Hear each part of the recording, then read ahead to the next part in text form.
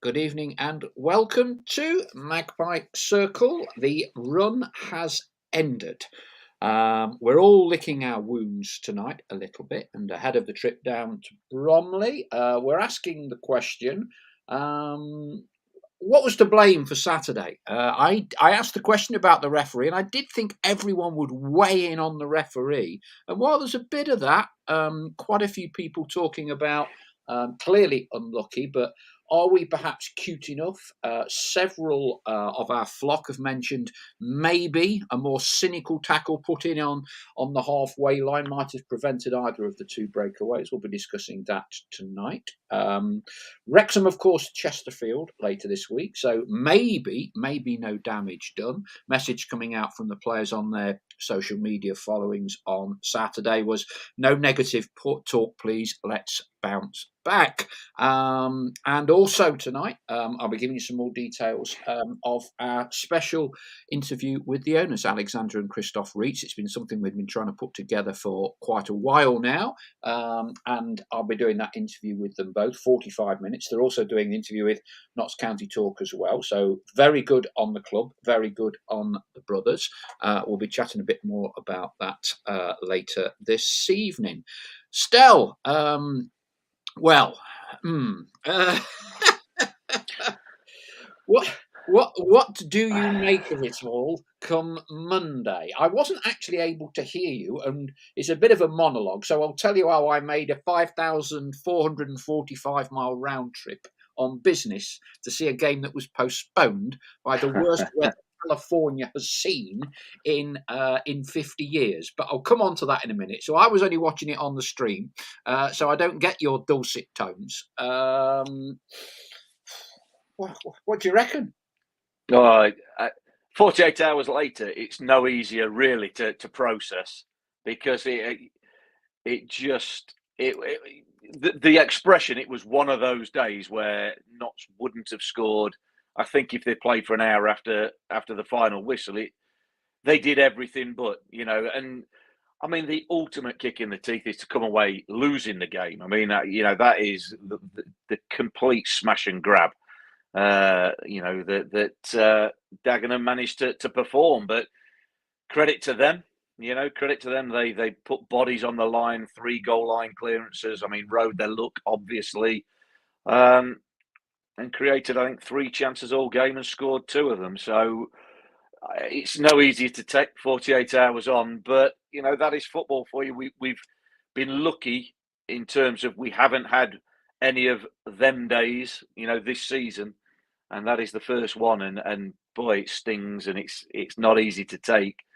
But you can't put it down. And Luke Williams, I don't know whether you heard it after the game as part of his post-match, he sort of said, in a way, it would have been easier to take if we'd have sort of had an off day, players hadn't played well, not turned up, and we'd have been turned over, and you just turn up and go, well, it never happened, and we got beat. But it wasn't. It was a decent performance. First half, was okay-ish, good, without really setting fire to it. But second half, I mean, it was like the Alamo, and how Dagenham won that second half. I mean, I don't know. I could watch it again and again, and I still wouldn't expect that game to finish 2-1 to Dagenham, but it did. And the players are right. There's no negativity needed. It wasn't a terrible performance. It was just one of them things. The footballing gods were against us, hitting the woodwork twice, shots cleared off the line. Hey, Wrexham might have 1 or 2 of them between now and the end of the season. One of the questions I asked was, how much do we apportion blame to the referee? I think it's fair to say it was bordering hysteria on social media. Not that we should necessarily be surprised on the histrionics on Twitter, but interestingly, from our flock tonight, it is a much more, I think, measured response. Here's a few. Pythagorean says, "Are we still not cute enough in defence to have committed fouls to stop the breakaway goals. Jurgen Halligan says, at the end of the day, we lost due to good defending by Dagenham. Still a long way to go. Never expected to go unbeaten until the end of the season. Time to start a new run. Derek Gill, I think other teams have worked out a way that can give them a chance, hitting us on the break. Stephen Newton, Saturday's match has gone. It's all about how we react. With this Notts team, I think Bromley could be in for a pasting. Royston says too much pace undone us. Ian Cooks, he says, again we concede goals when losing the ball in the opposition half. The defending for the goals was poor. I'd rather see my defenders booked for a foul than after the match when nothing can be changed. Rich Hawksworth says, evening all gutted after Saturday, but one of those days and we must keep the faith. Gary Midgley, we don't need defenders attacking so much. Rich Hawksworth, on another day we win 3-2. Derek Gill, any other team would have given a foul away earlier to stop the counter attack. We aren't too nice to do it. And there's a few more of not dissimilar ilk. Now, here's an interesting one, and I'm sure you would know whether this is right or wrong. I've not seen this point made. Chris Gosling said, and Chris is normally spot on, the referee Saturday was the same ref who gave us both penalties versus Solihull. If anything, that's why he didn't give them. Didn't want to be seen as a Notts ref. Let's just pick up. I mean, I'd not put 2 and 2, by the way, with the ref actually on that one. If that is correct, I've no reason not to suggest. But one theme, Stell, there is kind of dark arts, whatever you want to call it. As an ex-pro, is there any validity in several of the points there that kind of when a pundit is on the telly, you hear that's a good yellow card. He's took one for the team. Yeah. Yep. Are any of those points valid in the context of Saturday? Yeah, they are. There's, I mean, again, you've got to be careful of being sort of wise after the event. Yeah. You know, I mean, let's take them in isolation. Let's look at. I mean, I've had a quick look back at the goals that the club put them out today. Truth be told, I don't think the nature of the goals. I mean, Dagenham, fair play to them, exposed Notts, brilliantly well. There's not too many chances for Notts to actually make that foul. With the Ruben one, it has to be Ruben, I think, pretty much straight away. And bearing in mind, he's halfway inside the Dagenham half when he's dispossessed, and he's got what, a tenth of a second to make that decision. Yeah. It's an instinct. It's a split second. Again, I talk about it all the time. Decision making in games. He's got to make a split second footballing decision. Is this a real dangerous goal threat? And I think he probably looks at it and goes, they're 70 yards from our goal. It's not a one-on-one that I'm giving the ball away. So he lets play go on. After that, we don't then get tight enough. Then you can look at other things. Do players get tight enough? Recovery runs, I'm not digging anybody out for this at all. It's certainly not. But do the recovery runs, is it full out sprints to get back? Things like that. You can isolate and analyse after the event. But what you do have to say is Dagenham had an opening where there was 70 yards from goal. And it was 3 passes, I think, 3 accurate passes, and they were in. And the lad finished it first time because he's in loads of space. Again, that's a little bit organisation when you're in possession. Then transitions of being in possession to being out of possession. What's your reaction like? What decision do you make? Instant reactions. That's what we need to look at. So on that, I don't think we had too much time to take the yellow for the team, as we would say. The second one, I would say, even less so. I think Matty Palmer's trying to play a ball in between, a tightly packed sort of Dagenham midfield, gets intercepted and they break immediately and they've got a 4v3. I don't think, you could say Connell could take the lad, take Effiong out, off the ball, but I think that then becomes in danger of being a straight red. you know, we got exposed, of course we did, but we were pressing to go and win the game. We were playing high up the pitch then. I don't think anyone at that stage would have considered the fact that we could come away with nothing from that game. So I absolutely think that, absolutely right. Once that mistake is made, once the ball's been taken, once that transition happens, you've got a very short space of time to make instant decisions.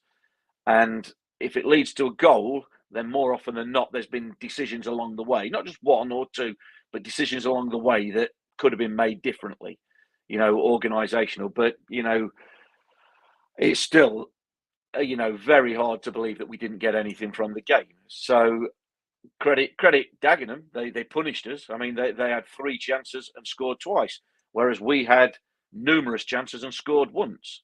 So you could also look at the ruthlessness at the other end as an aspect. I mean, they're blocks on the line. I wouldn't blame anything. For me, yeah, there's always technical aspects you can always analyse, always look at. I don't think there were too many chances to take that yellow card for the goals on Saturday. I'd love to see or hear people saying, like I said, I've only had a very quick look at the goals once today. I'd love to see exactly where. Again, Ruben, yeah, it's an immediate decision. He opts not to, but I think it's been ultra critical on these 2 examples. Yes, I'm all for. You'll see it in the Premier League, international football, high levels. Man and ball do not go past player. That's the way it happens, and you have to be clever. You don't make it obvious to take a yellow. You don't make it, but you try and do it in a way that's clumsy, as opposed to, straight away you're going to get a booking. If you take a yellow, so be it. But it just smacks of cruelty. I don't want to criticise too much, because I don't think there was loads wrong with the goals because of the way we play. We push bodies on. We're an attacking team. We're an expansive team, and we look to go forward and win the game. And yes, that involves at times playing 1v1, 2v2 defensively if there's a quick turnover. And then you're down to the quality of the defending and the quality of the attacking. And you have to say on them 2 occasions, Dagenham moved the ball inch perfectly, really. Ian Frank says, I think if Rawlinson was closer, he would have taken the yellow. Ian Cooksey says, F. Young have played against us twice this season for Aldershot without any success. So we should have known what he is about. Edward Moore, second goal was well defended. F. Young isolated on his weaker foot in full sprint 20 yards from goal. I know the point you're making, Edward. I think if he had that shot 10 times, that's probably the one that goes in the net and the other hits the back of the stand or whatever. But look, fair play to him. He's took it well. Nick G, another ex-player scoring against us. Fair play, took it well. It's Jaria says, to be fair, we don't have the fastest back 3 for the way we play from the back and being high up the pitch. Jurgen Halligan, cracking goal. Slocum, no chance. A bit of a debate on what we've got defensively available. Ian Cooksey, interesting selection problem in defence on Saturday. We're looking potentially a bit short at the back. No Brindley if he isn't returning from injury. Adebayo, Rolling, or Baldwin, who we believe has got a 2-match suspension. Whatever, he won't be around at Bromley on Saturday. James Shippey says, it's the cruelty of football. Notts played a great game, did everything but score again, and they took their few chances extremely well. Chris, with Steve Cook out of the Forest 25-man squad, he can't play for them. Worth a cheeky loan. That's the best one so far tonight. That's the best. We got Harry Arter still, didn't we? I mean, exactly, yeah. Get him. Who's the lad that didn't go to Huddersfield? What's his name? Just on the deadline day. We'll have him as well. We'll have a double deal. But they'll probably not be happy sitting on the bench waiting to get in the team. Stuart Edwards says, if you take a card for the team, you never know if it was the right decision because you won't know if they would have scored. If they launch it from the free kick and score, it was the wrong decision. James Ford, no need to panic and no need to change how we play. If we didn't have any of these mistakes in inverted commas, the players wouldn't be playing in the National League and wouldn't be where we are currently. Season's not gone yet. Neil Pike, I would love to ask the ref, did you see the arm around Langstaff's neck? If the answer is no, he should not be refereeing. If he says yes, then is an arm around the neck a foul? Unbelievable. Now, I don't want to sort of turn this into another referee bashing session, but just quickly, Stell, in terms of, not necessarily a strict percentage, but how big a factor was the referee in your eyes in us not winning that game? I mean, I've seen the footage that of the game. What I haven't seen is the Adam Chickson one. I was at the time I was convinced that was a penalty as well, but I'm not seeing anything of that back. Look, the one on Langstaff, it's a foul, it's a penalty, of course it is. But you see it gotten away with, frequently. Defenders all over. And from the commentary, you can imagine hyping the Pavies. We're at a fair distance away from that on Saturday, but just that. Obviously, we couldn't see the arm around the neck as is shown on the footage from the cop. Yeah. But the defender's body shape, right?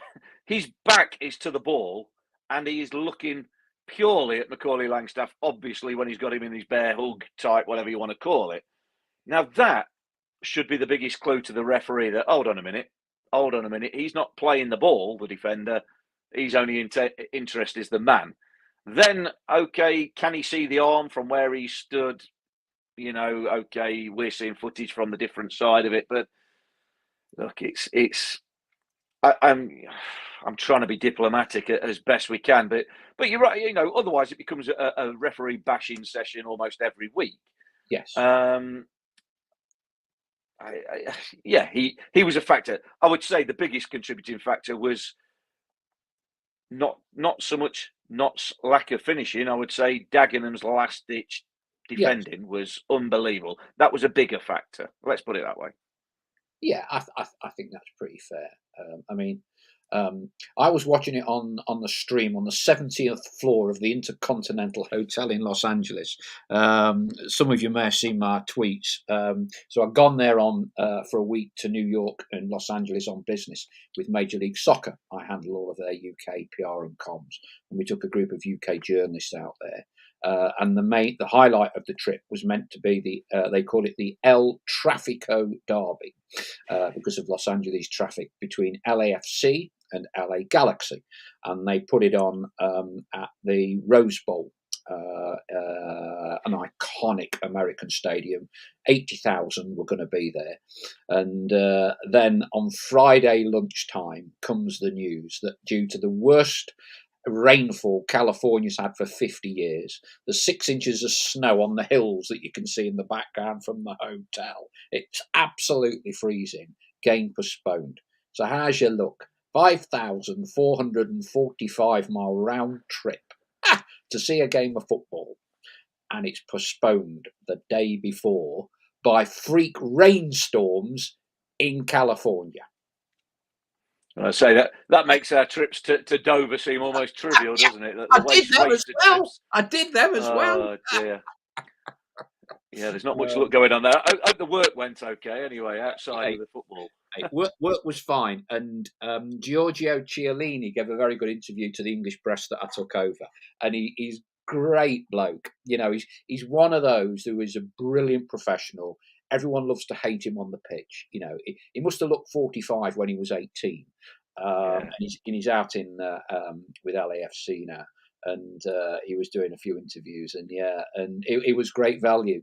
Talking about the shirt pulling at Wembley and all of that sort of thing. I tell you what, Effiong would not have managed to get to the edge of the 18-yard box if Chiellini had been anywhere on that pitch. I guarantee it. Absolutely. I mean, you talk about dark arts. I mean, he's the epitome of ball and man will not pass. One might, but the other one won't. And that's what top defenders are like, aren't they? And he's out there, isn't he? Just, say, the end of his career sort of thing in America. Yeah. Top defender. Yeah, top defender. Chris Gosling still says it as it is. It was a horrendous performance when it came to the big calls. All right. Look, Saturday's gone. Yeah, Saturday's gone now. And the reality is, Wrexham will also lose a game at some point in the not too distant future. Okay. It is going to be how you react, isn't it? So is this another time now to circle the wagons style, siege mentality? Refs are against us, they're all against us. But deep down with the players, right, what will define this season is how we respond to this game. Yeah, absolutely. It's no different to the defeat at Dorking. We at that stage of the season, you could say we'd had a decent start, but it was no more. First defeat. If we'd have known then that we'd gone 25 games unbeaten after that, then somebody would have said, if we'd have sat on here after the Dorking defeat and said, in our ultimate optimistic Notts County mode of saying, Notts will go 25 games unbeaten now, and majority will be wins. And you'd have seen the comments coming up. Yes. How much have you been drinking? How much have you been drinking? What are you two been on? But that's what's happened. So it was going to end at some point. The manner of it is just, unbelievable. But again, it's gone. It has gone. And they've got to get back to winning ways because it's an unbelievably tough game coming up Saturday. Yeah, it is. Bromley away, not a happy hunting ground, plastic pitch, decent team to play against. So they've got to, and they will have refocused because they've been brilliant all season. 2 blemishes, if you like, in the 2 defeats, but they responded well last time. There's no reason why they won't do it this time. They've got a change to make, haven't they? Aidan Baldwin again. I think that's outside the disappointment of the result and the way, Aidan Baldwin's loss of discipline at the final whistle. Understandable, understandable, but I bet he's absolutely kicking himself almost the minute. When you do things like that, you kick yourself the minute it happens. So he'll miss, well, if somebody's saying 2 games there, I don't know exactly what it is, but he'll miss a couple of games at least. And, he will be a big miss. The contrast between the Yeovil performance just over a week ago when he was missing or, not in the team, when Bajrami played and Connell played centrally and Bajrami right, we didn't look anything like as assured defensively there, yet weirdly got the result and 4-1 massively flattered us. Yet play unbelievably well when Baldwin comes back in the team on Tuesday night and 4-0 doesn't flatter us against Southend. So he's a key member and, loss of discipline, just things like that, not things that we need with a big game coming up like it is at Bromley. So I'll be interested to see exactly what Luke does. Exactly what he does, whether it's the same change, whether it's Connell back central and Bajrami in on the right, or whether he looks to do something different with that back 3, we'll wait and see because he's got all week to look at it and work on something. But yeah, I'll be interested because down at Yeovil, we didn't look as fluid and as fluent playing from the back. So whether he looks to change it, we will see. Ian Cooksey, with regards the Los Angeles game being called off with heavy rain, have a word with Dover's chairman. He would have had it played. Yeah, I should have given him a call, shouldn't I? Should have got him involved. James Spring says, I've calmed down a bit in the last 2 days, and I hope that referee, I'll paraphrase, never takes charge of another game in his life and breaks down on the way home without being a member of the AA or RAC. If you've calmed down a bit, I dread to think what you thought on Saturday. Yes, right. Dale Pikett, let's all get back on the wagon and go again and see where it takes us. Chris Gosling, Wrexham might not lose another game apart from when we play them. We can't do much about that. Just need to get back on the horse and keep applying pressure. It's Ian Frank says it's the way football works. One change in the match at Chesterfield and we could have lost it. We're still the best team in the league, not even Wrexham players well. Let's come out flying against Bromley. Jurgen Halligan, I'd rather lose playing well than have a poor performance. Nick G says if Paul Cook had been sacked on Saturday, I would have fancied Chesterfield to cause an upset against Wrexham. Ref will be kept busy with Dobra and Mullin. James Spring, we played poorly at Yeovil and won 4-1. Saturday we played Dagenham off the park and lost. Make it make sense. Football, eh? Not often a beaten team gets a standing ovation, but Saturday's was deserved.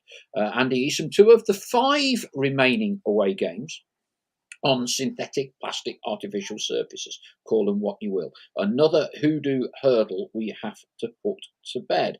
Jurgen Halligan, maybe we go to a back 4 Saturday. I wouldn't be surprised. Dave Woolley, I'll put money on Wrexham winning every game. You do that, Dave. You'll lose some. They won't. I'll tell you what is interesting. We had Martin Allen on. I can't even remember when. I'm still jet lagged. I only landed at Heathrow from Los Angeles about 4 hours ago. I'm going to bed after this.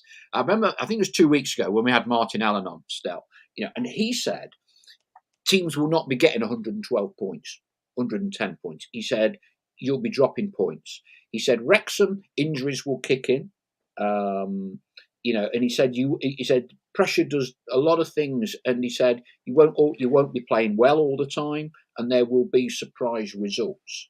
Over the last course of the 7 days or so, he's been proved right in terms of knots. Wrexham did drop a couple of points. Do you? I tell you what, I've said this to a few people. I think if we can hang on to, if we can be neck and neck with Wrexham, i.e. 3 points apart, something like that, and keep that over the next month, right? Don't tell me why, I have a feeling that Wrexham will be the first to crack in the last 3 or 4 games, just because the pressure on them would be so huge. We talk about knots and winning all these games and not going up, but the reality is there's more, from an outside perspective, there is more pressure, I think, on Wrexham to go up than us. But I think the key part is the next month or so. Clearly, Wrexham will be playing 2 more games. But if we can just hang around them, I would fancy us in the last 3 games. I think the one thing you've really got to guard against is if we had a little mini slump and Wrexham pulls 6-7 points clear, then I think that eases the pressure off them a bit. Yeah, I agree. I mean, you've got to be close. You've got to keep that pressure on. Because it's an 2-horse race now, as it has been for a few weeks now. But because it is an out-and-out 2-horse race, you can't have one horse that streaks ahead, because that takes a little bit of pressure off. Yes. There's got to be that pressure that we've had over the last, 6, 8, 10 weeks, probably, more so. You've got to win. We had it Saturday. Saturday was a great example, wasn't it? At 1-1, sitting here now, we'd all go, tell you what, it took a point. Oh, God, if only we hadn't conceded that second goal, we'd have got a point. That could make all the difference at the end of the season. But at no point during that second half, up until that Effie on goal, would anybody have took a point, because we were so far on top. We only know about going for the win. They only want to go and win the game because you feel you've got to go and win the game. Don't forget, Wrexham had already won earlier in the afternoon. We were kicking off later. So you feel like, that pressure sort of transfers from one to the other. I said it a few weeks ago on commentary, it feels a little bit like a penalty shootout. One team plays, get the 3 points, the pressure's back on the other team. They've got to respond. And both teams have been responding. Wrexham dropped a couple of points, a week or so ago, and now Notts have dropped 3, something completely out of the blue. But that's the beauty of it. The tighter you get to the end of the season, the closer you get to it, then pressure, as long as it's there, can do funny things, can make things seem totally different. They make you respond differently. How do you respond to pressure? Well, both clubs, you could argue, in the playoff campaigns have not responded brilliantly well to pressure. Yeah. So, and I think if I remember rightly, in the run in last season with Stockport and Wrexham, didn't Wrexham get themselves in a decent position and lose a couple of games on the spin unexpectedly?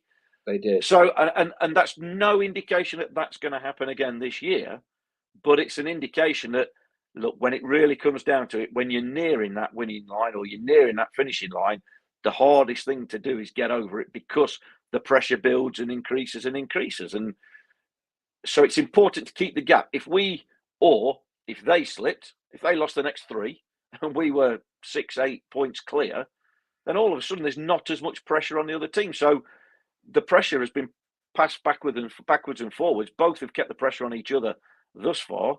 I don't think it will change going forward, but it is important that we obviously get back to winning ways and put as much pressure on them to say, you're not going to be allowed to falter once and twice and still get there, stumble your way over the winning line. You've got to go out there and earn it. And that means for them, 13 cup finals as opposed to 11 for us.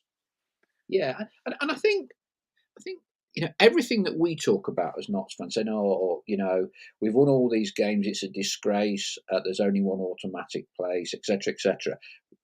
All Wrexham fans are saying exactly the same as us. And Wrexham think to themselves, "Well, we've only lost one game in the last however many, and won God knows how many out of X out of Y, and yet they've been behind us for a long time." Other than maybe a week or so. So they've got exactly the same mental pressures as we're kind of saying, this isn't fair. They're saying the same. They're saying the same. I just think we've got to hang in there. Just something tells me if we hang in there, last 3 games of the season, one team would probably crack.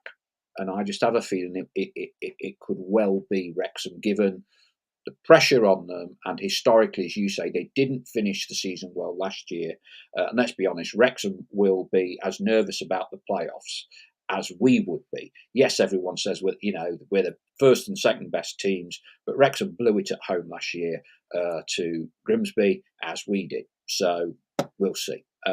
James Shipley says there should be no panic. We're going up regardless of the route. Keep the faith. There's positivity from James.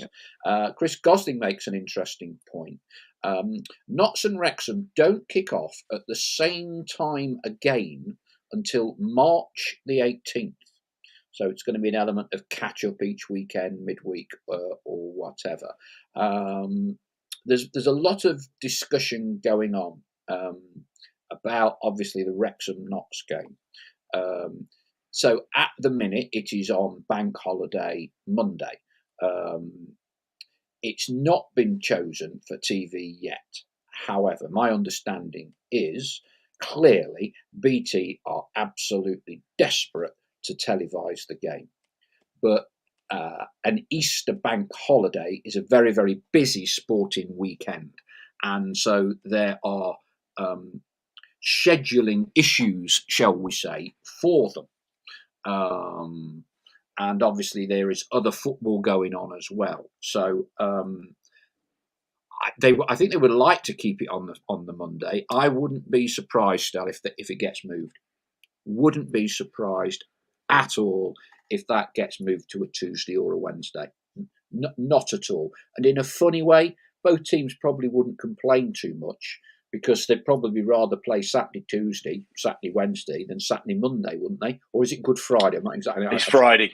It's yeah, Friday. We've got Wealdstone at home on the Friday, haven't we? And look, I don't see a way that BT won't be putting that on the telly. Exactly. I mean, crikey Exactly. me, it is the game that potentially will decide the season, or certainly go a long way towards it. I don't see it not. And again, they only issue the live games, don't they? Sort of, I think it's almost on a month by month basis, Yes. isn't it? So, I've got it down in my schedule and that, but I put a big caveat by it that could be shifted to I don't know when.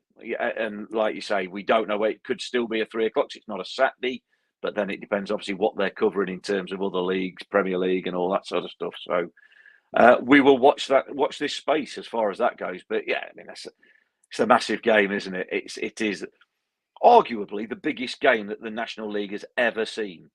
Yeah, I agree, Stel, but on the basis that both teams are still relatively close to each other.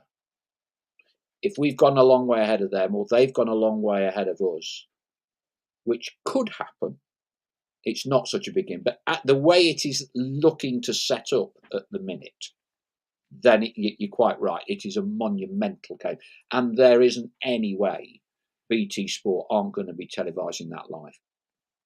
No. Look, yeah, I am maybe taking a little bit for granted. I think they will be close. You know, it certainly will matter. That game, was it the fourth last game of the season? So nothing will be decided with that game, but it could well be the game that puts somebody in the absolute box seat. I think it will be massive. I don't think there'll be too many points between the two teams when they come round to it. And I mean, we're all looking forward to that, but long way to go till then. A lot of twists and turns that will happen, could happen. Yeah, it's building up to be a mouth-watering match, and again, it's the game, certainly the game of this season. But I would argue tell me when there's been a bigger game in non-league than than this potentially will be. So yeah, I think everyone's looking forward to it, and nobody will be surprised. Well, there'd be more of a surprise if it wasn't put on the telly than if it is. Yeah, I mean, and it's an interesting point, and we clearly don't want to be counting our chickens in terms of Notts and Wrexham being level on points or whatever it is for that game. But as I understand it, we will only get, I think it's just lower than 900 tickets for the game. It's somewhere between 8 and 900 Wrexham give for away followings to their games. So that's how we won't get any more than that, because clearly Wrexham will be filling the ground with their fans. We got 3,000 season ticket holders. But I think I can't see it not being televised by BT. If it wasn't, then, and there's one or two people on the chat now talking about this, I think they would make a way for it to be streamed so people can watch it as well. Wrexham obviously initiated the streaming, and on the basis the game is bound to be a capacity. I'm sure League, Wrexham, and Notts would create a situation whereby the game could be streamed as well. So hopefully everybody that wants to be able to see the game, if not live, because it's lower than 900 Notts fans will be given tickets. Hopefully people will have the opportunity to watch it. And we certainly won't go down the route, because I haven't got one, although I do know quite a few people that have, and I'm sure you haven't, Stell. I still give all my money to Rupert Murdoch and BT Sport, but I do know there is a section of our fan base that has access to VPNs, geo-blocking, and whatever else happens, which basically means they get to watch the game without going to it. Well, yeah, wasting no on me. It takes me all my time to get the technology sorted for this, and social media is a step too far for me technology-wise. So, yeah, VPNs, and I don't even know what they even stand for half of these acronyms. So, you keep looking around, so you're looking nervous. You ain't got one of them dodgy boxes, have you? I haven't, mate. I wouldn't know how to. I honestly wouldn't know how to do it or what to do with it or whatever. Yeah, we paid a ridiculous price that as you say, probably ends up in Murdoch's pocket or whoever it is pocket. But yeah, we've above my head, mate. That above my sort of knowledge base as well. Chris Gosling said, I see Wrexham have announced they've generated £225,000 in revenue from the streaming service. Would like to know Notts figures. Well, Chris, that's obviously something I can bring up with the brothers, and we'll talk about the chat later this week. I'll make a note to talk to them about the importance of that revenue stream and how they view it. Duncan Conry says, with pressure on both teams, feeling they have to win rather than settling for a draw, which causes slip-ups. Chris Gosling is on form tonight. Maybe Wrexham could switch it to the Millennium Stadium to accommodate their massive fan base. Brackets from me and our massive away fan base as well. There you go. Nick G says, likely to be a ballot on tickets then. Will be interesting to see how the club handle that, because potentially, yeah, there's a lot of people wanting to go to that, and if we're limited, capped at 900, there's going to be a lot of disappointed people. Okay, Bromley, Stowe. Let's talk about Bromley, because we're talking about what's the phrase, bounce back ability, as one manager coined it a decade or so ago. Bromley's not Bromley away is not the ideal place. That means you would be really fancying your chances.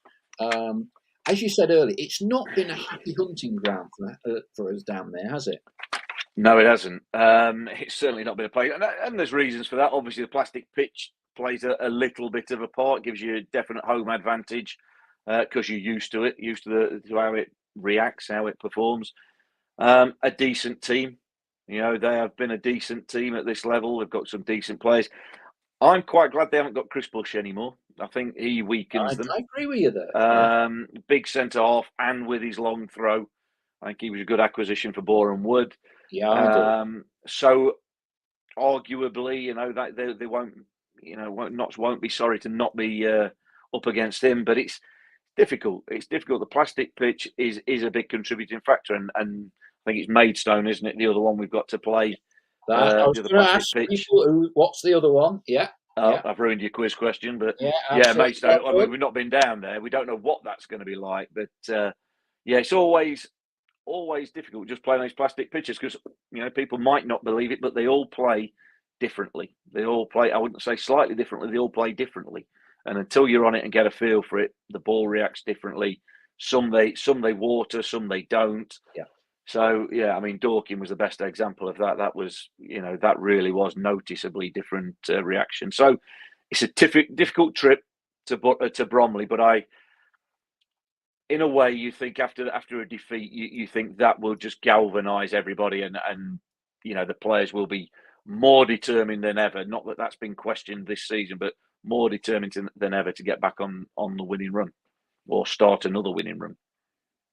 Yeah. I think Andrew Blatherwick saying, "Have we ever beaten Bromley? If so, it's only once in 4 seasons."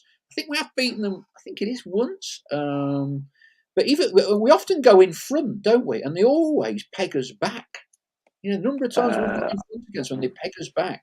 Yeah, I'm trying to think. I can't remember us beating them down there. I can't remember. I know they beat us at the end of a season, didn't they? When we were already in the playoffs. Yeah, But 2 Cyprus Ref seasons says ago.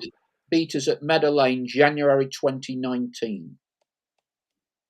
Oh right, at our place. Yeah. Yeah, but down there. I'm talking down at their place. I can't remember us winning. It might have been in the first. Can't think off the top of my head the first season. But yeah, I mean, we lost 1-0, didn't we, down there last season? Yeah. And we lost the season before, right at the end of the season. I think it might have been the last game of the season, wasn't it, for them to get in the playoffs? I remember them celebrating down there. So yeah, not a happy hunting ground for us. But again, we've said that a few times this season. And Luke Williams' team this season has made a different things, and they've dispelled it. We scored our first goal at Eastleigh. We got our first win at Eastleigh.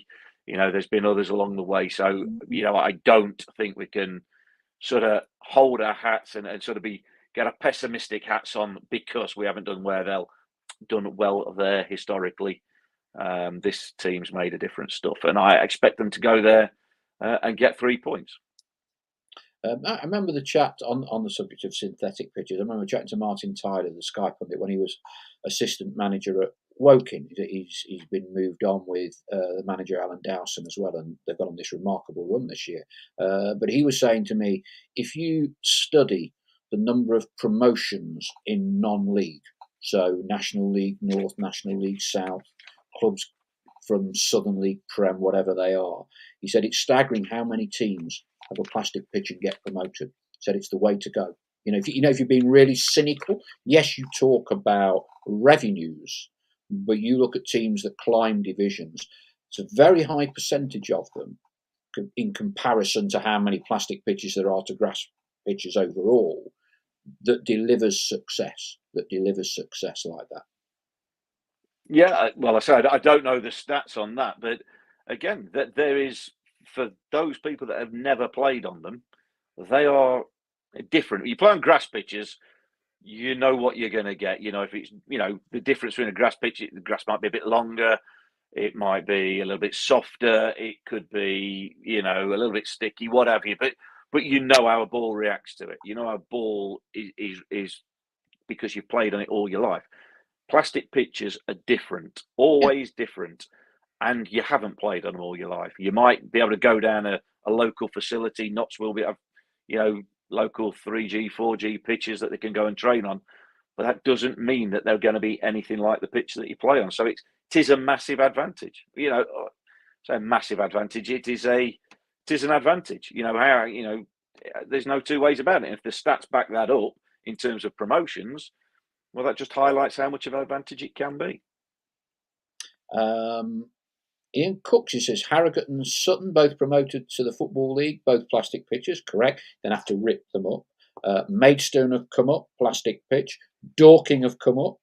I don't know if it's plastic or whatever you want to call it, but it's not grass anyway. But yeah, there's when you start looking, and when you look at teams going into National League North and South as well, there's a lot of them that get promotion with those surfaces. And Andy Easom, just slightly changing tack. Did either of you ever have the pleasure of meeting Motty, John Motson, of course, who legendary commentator? Did you come across him, Stel? Because he had links with Derby, you know. His son was a big fan of Derby County. I met him quite a few times. Nice guy. Yeah, and I did meet him just the once, and it's way back when, before, at the start of my career when I was at Derby, it was at Oxford, the old Manor Ground. And Arthur Cox was Derby manager, and I think he was obviously got to know and knew John Motson. And I think, I don't know, well, I must have been in the squad, but not involved or something as a youngster. And he was just in the tunnel, and Arthur Cox, come on, son, I'll go and take it. Here's John Motson. You've heard him on the telly and all this. And yeah, introduce me to him.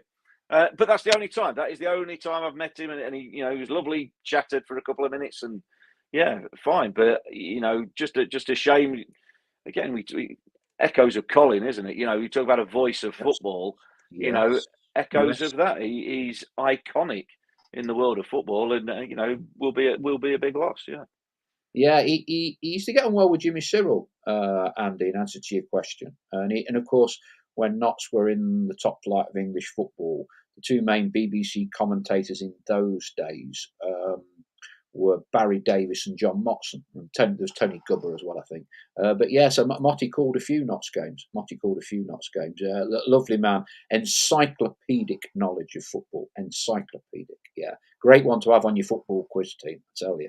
You wouldn't lose. Jurgen Halligan producing the stats for us at Bromley. There's a lot of losts. Lost 2-1 1920 season. Lost 1-0 2021.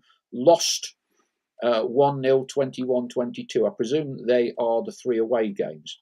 Bloody hell. I mean, it was quite that bad. Flipping it. Yeah, so 0 point. Nil point. Yeah, I didn't think we'd won down there. I didn't think I'd seen us win. But we have scored, so it's slightly better than it was at Eastleigh prior to this season. So, but again, it's a measure of how difficult it is. Plastic pitch allied to a decent team. It isn't going to be easy, and probably not the game we needed after Saturday. But you can't pick and choose your games. And I think, if I'm right in saying, I think Wrexham have still got to play them as well, possibly down there as well. So look, there's a few teams that we've both got to play. I think Wrexham have still got to go to Dagenham, so Dagenham hopefully can repeat what they did at the weekend. There's going to be twists and turns. There's tough games for both teams, but Notts can only concern themselves with doing their business. That's what matters. Strikers Union, Connor Lemon-Evans. What do you think of his acquisition? Yeah, I think a good one. I mean, I've obviously only seen him when he's played for Torquay against us. I mean, he got that hat trick in the 5-1 that we don't want to talk about. But he's a nuisance. I think he's a busy player, clever little player, and you talk about strengthening. I think he certainly strengthens Notts, doesn't he? I think he's going to be an addition for the remaining 11 games. A bit of a cameo on Saturday. Could have got a goal, shot on target. Keeper makes a decent save, but I think he's a good addition. Just another one that, if we're looking for a goal in a game, I think he's somebody who will offer something slightly different. Yeah, and I think with Geordie Jones coming in as well, Notts have got a little bit of sort of creative. It's ironic to talk about creativity and unlocking defences after Saturday, but I think both he and Geordie Jones give us that kind of creative spark. And I think one or two Notts fans have actually mentioned, and hopefully it isn't an issue for us, but Oxford parted company with Carl Robinson this week. So I don't know whether they could recall him or not for any new manager. Not quite sure on the terms of the loan. But I mean, to be fair to George, he's managed more minutes in a month here than he has in the past 4 years anywhere else, I think. Yeah, absolutely. I mean, I think he's been a fantastic addition. We know the sort of abilities he's got. I mean, and he showcased that despite not playing much football in the last few years, in the last few seasons. So, I think he's a fantastic addition. You're right, both of them, offer something a little bit different, a little bit of creativity, a bit of quality, and hopefully we see that in the next 11 games. Jurgen Hannigan, we're going to win. Stell to say, get in 3 times. Cyprus ref, in some ways, I'd rather play Bromley next rather than, and I mean no disrespect, Maidstone. Ian Cooksey. Craig Short, temporary boss at Oxford. You might do us a favour. Hey, we might need a short-term centre half, depending on how long, because we've got 1 or 2 knocks there. James Shipley, Evans, Jones, and Austin lead the siege of the Dagenham goal in the second half. All give great attacking options. Everyone in football, we're all guilty. Next game, this. If we don't do this, we don't do that. And clearly, if Wrexham were to lose tomorrow and Wrexham lose Saturday, then God forbid us losing Saturday is not the end of the world either. But is this a game that you really think we would need 3 points from, and that ordinarily a point at Bromley might not be the end of the world? But do you think our position is such that needs to be 3 points Saturday? Yeah, no question. Yeah, no question. I think every game it's got to be a 3. It's got to. You feel like you've got to get 3 points. We felt it Saturday.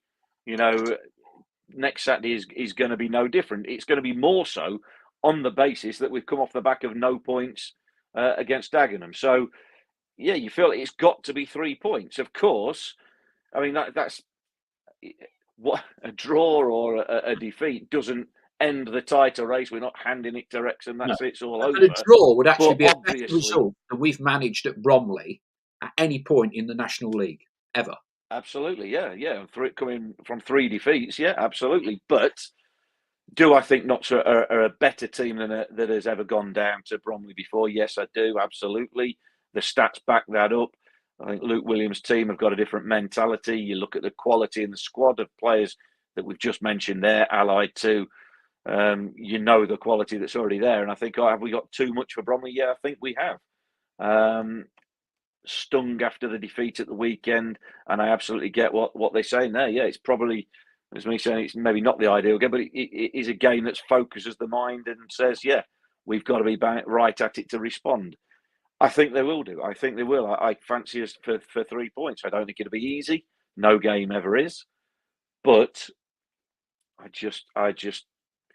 think it's got to be 3 points. I think we've got to set the bar so high this year, and to maybe go against what you say, Martin Allen's saying about, that they're going to lose games that, I don't know. I think they probably will, but I think you've got to go with the mentality that we've almost got to win 10 out of 11 games, something ridiculous.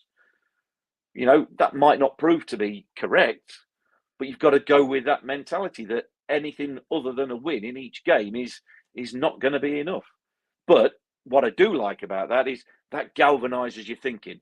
As a player, you go into a game going, we're not going here for a draw, we're not going away to Bromley, and it'll be a decent point. You're going there to win the game. Absolutely no 2 ways on it. And again, I bore people with saying, inside of a game, if you go two down, that's the easiest time to play because your decision made up, you're going forward, you're going to lose the game. But if you get the next goal, you've got a chance to win it. It galvanises you, focuses you, that you take a chance. You get on the positive mentality. Well, we've got nothing to lose now. We go forward. And you take them 50-50 decisions. You take the positive decision all the time. It clears your mind. Then you get back to 2-2 or whatever, and then you start thinking, do we stop now? Do we protect what we've got? That changes your mind. But from Notts' perspective, losing Saturday for me, it clears the mind, clears the path. Not that there was any muddled thinking before, but we're going to Bromley to win the game, and anything else is not good enough. Andrew Blatherwick says Chesterfield will not beat Wrexham. Best we can hope for is a draw, and Chesterfield kick them off the park. Ian Cooksey says goal difference could yet be a factor. Chris B, Chesterfield are imploding. Hopefully playing Wrexham can rejuvenate them, but not holding my breath. Ian Frank says coming from a loss, I see us having something to prove now. Best time to be playing Bromley. Alan Cotty, one of Austin or Jones has to start on Saturday. Both creative players. Any news on Kedwin Scott still injured?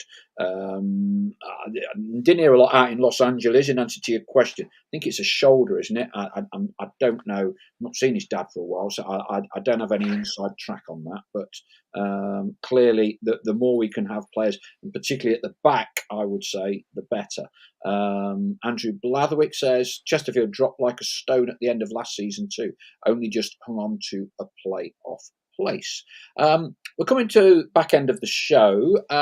So you would know that I've been working on getting hold of our owners to step into the podcast hot seat, which Alexander and Christoph have very kindly agreed to do. We're recording that show later this week, and keep your eyes and ears open. The plan is to put that out later this week. No subject is off the table. It'll be a full 45 minutes. Lots of questions, kind of done along the lines that we've done with all the players that you will have seen. We'll be talking finances. We'll be talking about how they came upon Notts. We'll be talking about, what have they learned in the 3.5 years being here? Their overseas ownership of Viborg. Nothing's off the table. Nick Richardson, the club's comms man, has arranged it, so we're very grateful. Stel, what question would you ask the owners? There you go. Crikey me. Well, you sat down with them and you can ask them anything you want. Well, there's so many you could ask. Have they considered a streaming channel of something Disney Plus like that could bring revenue into the club to sell to America? The oldest football league club not in the football league, that sell that to America, get some money in. Look, first and foremost, I think they're exceptional owners, aren't they? I think everybody united with a Notts sort of Notts interest will agree with that. How I would like to know how much it would mean to them to get Notts back into the football league. Not in pounds and pence, but how much since they've took over, how much have they feel part of the club? Have they felt, the atmosphere and Meadow Lane and the fans and the welcome and the roar of the Kop when it's full and busy, and how much would it now become?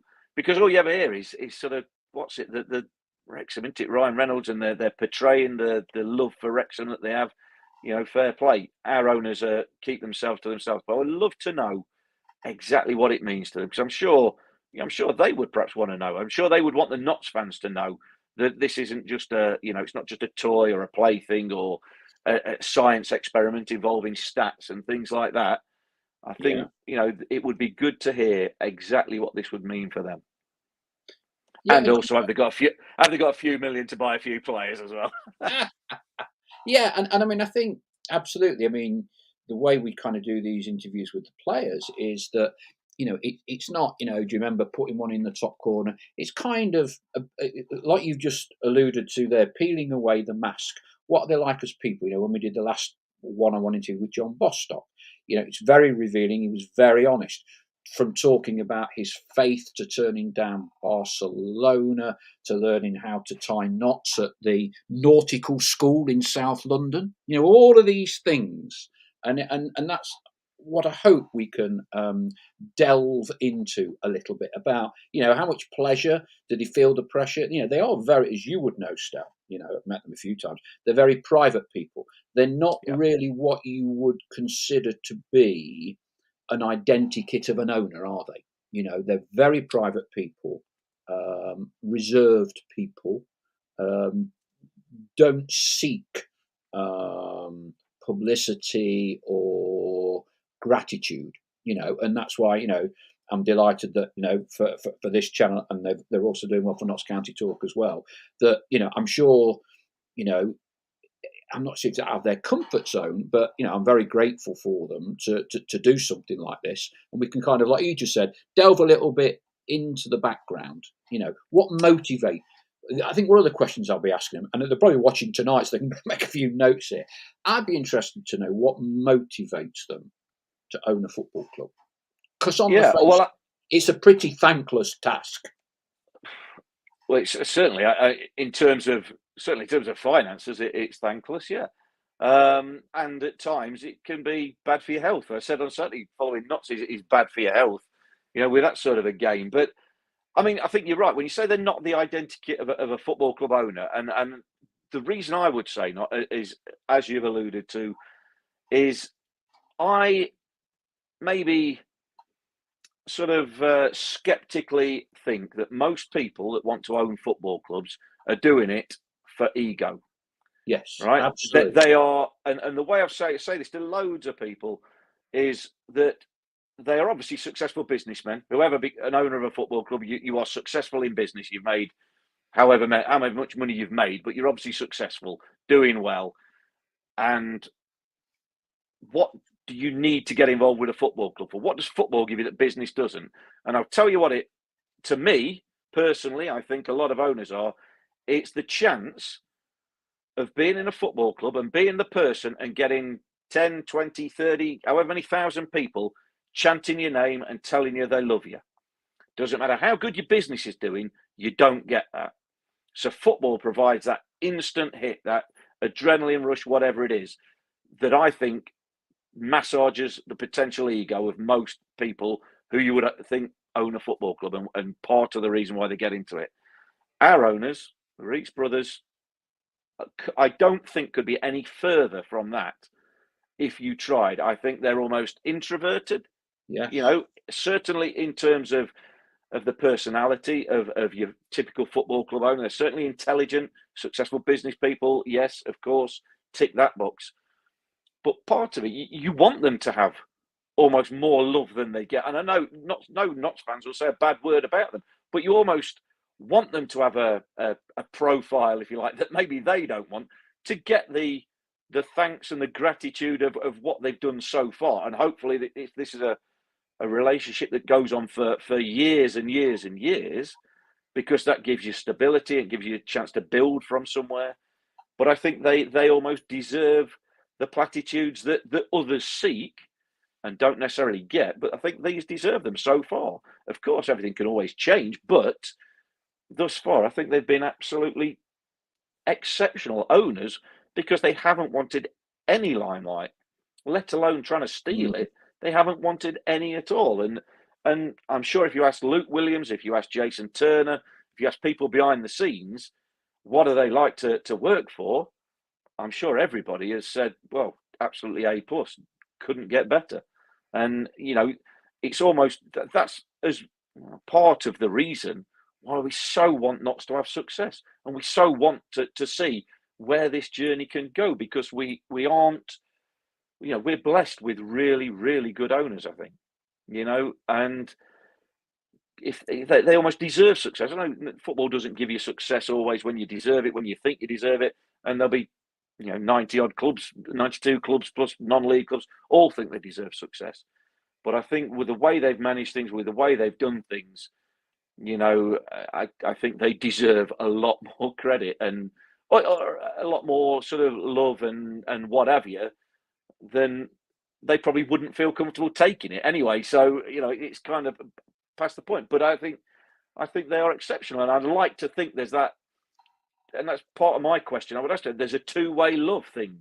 It gets into your psyche. It becomes, it's not just a business proposition. It's not just, numbers and figures on a piece of paper. You get emotionally attached and invested to it, as well as financially invested in it, as all fans will know about. And I would love to hear their thoughts on it, and see where they think it can go. Obviously, we all want success. We all want back in the Football League, but I'd love to hear their thoughts on it. several questions coming in. Andrew Blatherwick, why do other fans think we're 14 million in debt? Pythagorean question on the thought process re national lottery funding on COVID. National League then changing the rules for distribution. He's also asking about Jurgen Halligan. At what point will they discuss new contracts with players? Like that, we'll be getting too much of on that. But I think the general gist, and I think these are all very valid points and something that I would be asking about the finances, if not specifically how much money it costs them, but understanding finance, the finance of football and owning a football club. Because there are people out there that still think, we'll sell this player, we'll sell that player, they'll make money, they'll do this. Look, end of the day, it will be costing them, by my rough, back of a fag packet permutations, cost them roughly £2 million a season to own Notts County, for the privilege of owning and running Notts County Football Club. And clearly there's a huge debate in the still at the minute, possible football regulator coming in and the whole issue of finance and governance. And our owners clearly tick all of those governance boxes, commitment.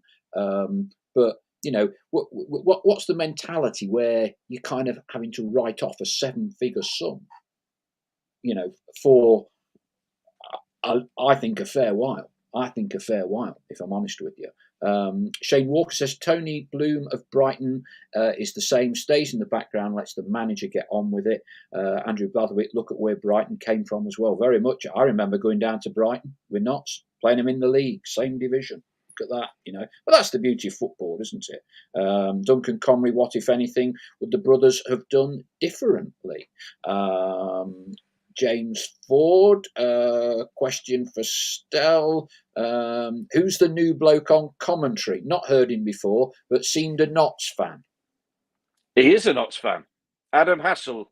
And he is a Notts fan, a genuine Notts fan. So, he did the FA Trophy games this season. So it's not his first game, but yeah, Adam Hassel, a genuine Notts fan. So, when Charlie's not available, obviously there's Dave Bracegirdle, who's known to Notts, certainly cricket pundits, and does a lot of football as well with Sky. So, yeah, there's some more than competent stand-ins to obviously sit alongside me and make me look good or bad. Andy Eastham says the cop gave a choice chant aimed at Ryan Reynolds on Saturday. Can't see the racecourse faithful doing similar, as they probably have no idea who our owners are, and long may it stay that way. Chris Gossing, are we doing anything to mark the club's 160th anniversary? Is that what it is? Crikey. Ben Hawksworth, Paul, if we don't get promoted this season and someone coming for Langstaff and not decided to sell, how much do you think he'd go for? Well, it depends on clauses. But I think, without asking specifics, again, the whole policy of the owners, because I think it gets misrepresented an awful lot. The policy of the owners, from what I can see, is that they buy players to get the club promoted, not to buy players to make profit selling them on. Other than Kel Roberts, we've not really sold a player when you could have taken money for Wootton, could have taken money for Ruben, who's now in the final year of his contract, and if he so chooses, can exercise the right to go on a free at the end of the season. So I think possibly, the way they would approach, without mentioning specifics, players and retention. So we'll see what we come up with, and there'll be details of when that will actually be broadcast later this week. I think we're about done. Off to Bromley Saturday, Stow? Yes, absolutely. Another long trip, but back to winning ways, hopefully. Yes, we certainly hope so. Thank you very much for all your questions, lots of them tonight. Of course, we will be glued to Chesterfield Wrexham tomorrow. For those of us, I forget who was taking me to task, VPNs, of course, are not dodgy, they are entirely legal. Quite how you access the game through the VPN is another debatable point. But anyway, we won't go down that one. But I don't know whether you can get that on the National League stream tomorrow night for those of us who are interested. Thank you very much indeed. We'll be back later with Alexander and Christoph Reach. But Stel, as always, thank you very much for taking the time and trouble to join us this evening. Pleasure. Take care for now, everyone. Good night.